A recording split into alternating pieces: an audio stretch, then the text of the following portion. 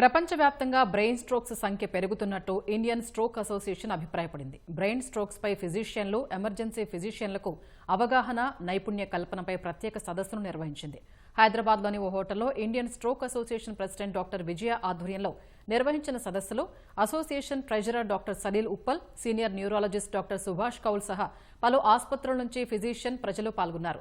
Stroke లక్షణాలు, రోగులకు అందించాల్సిన అత్యవసర చికిత్సలపై చర్చించారు. స్ట్రోక్ నియంత్రణకి తీసుకోవాల్సిన చర్యలు, బీపీ, షుగర్ను అదుపులో పెట్టుకోకపోతే కలిగే నష్టాలపై వివరించారు.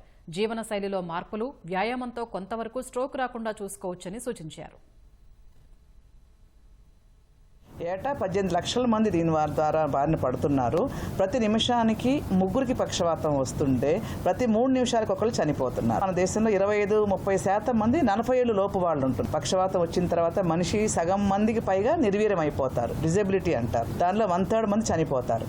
ఇంత తీవ్రమైన జబ్బు గురించి అన్ఫార్చునేట్లీ మనకి ప్రజల్లో కానీ ఈవెన్ జనరల్ ప్రాక్టీషనర్స్లో కానీ అవగాహన లోపం చాలా ఉన్నది. బ్రెయిన్ స్ట్రోక్ అంటే దాని ట్రీట్మెంట్ లేదు, ఇంగ్లీష్ మందులో ట్రీట్మెంట్ లేదు, సిద్ధ వైద్యము లేకపోతే ఆయుర్వేద వైద్యము లాంటి ఇట్లాంటి వాటికి వెళ్ళిపోతున్నారు. ఈవెన్ చదువుకున్న వారిలో కూడా ఈ అవగాహన లేదు. బ్రెయిన్ స్ట్రోక్ అంటే పెరాలసిస్ అనేది మెదడుకి సంబంధించిన జబ్బు, ఈ కాలుకు సంబంధించింది కాదు. మెదడే మన అన్ని యాక్షన్స్ని నియంత్రిస్తుంది. మనం మాట్లాడాలన్నా, చేయాలన్నా, నడవాలన్నా, ఆలోచించాలన్నా ప్రతి దాన్ని మన మెదడు నియంత్రిస్తుంది అనమాట. ఒక భాగానికి రక్త ప్రసారణ తగ్గిపోతుంది, లేదా ఒక్కొక్కసారి రక్తస్రావం జరిగి బ్రెయిన్ హెమరేజ్ అంటారు.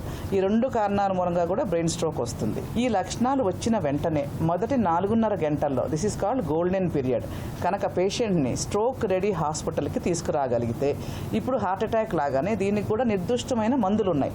And our main target and goal is to promote stroke, to make people aware of what is stroke, whether the stroke can be managed or treated, and how to prevent stroke, and once if a person has stroke, then how further prevention can be done, and then what is the rehabilitation in stroke. Our basic goal is that all the physicians and the emergency medicines physicians should have the empowerment and should have the knowledge that how a stroke can be diagnosed, how a stroke can be treated, because our target is whomsoever is eligible should be treated with thrombolysis in stroke, and nobody should be left or ignored. Because stroke అంటే sudden గా కాలు చేతులు పడిపోవటం, sudden గా speech పడిపోవటం, and timely treatment చాలా important ఉంది. Within 3 to 4 hours చేయకపోతే పర్మనెంట్ డ్యామేజ్ వస్తుంది, లైఫ్ లాంగ్ డిసేబిలిటీ వస్తుంది, డిపెండెన్స్ వస్తుంది. సో దానికోసం ఈ అవగాహన చాలా ఇంపార్టెంట్ ఉంది. విదిన్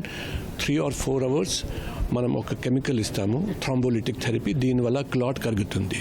దాని తర్వాత పేషెంట్కి నార్మల్ ఉండడానికి చాలా అవకాశం పెరుగుతుంది. ప్రతి హాస్పిటల్కి స్ట్రోక్ ట్రీట్మెంట్ అందుబాటు లేదు. ఇది పెద్ద హాస్పిటల్, కిమ్స్ లాగా, Apollo, government hospital, Nizam institute, చిన్న నర్సింగ్ హోమ్స్లో ఈ ట్రీట్మెంట్ అవైలబుల్ లేదు. దానికి స్ట్రోక్ రెడీ హాస్పిటల్ అంటారు. బట్ సాధారణంగా హైదరాబాద్ సిటీలో అన్ని పెద్ద హాస్పిటల్స్కి స్ట్రోక్ అరేంజ్మెంట్ ఉంది treatment. Within those 3 or 4 hours extinguish చేయాలని ఉంది. సపోజ్ మీరు 4 hours వేస్ట్ చేస్తారు, by the time the whole house is burned, తర్వాత కెమికల్ పనిచేయటం లేదు.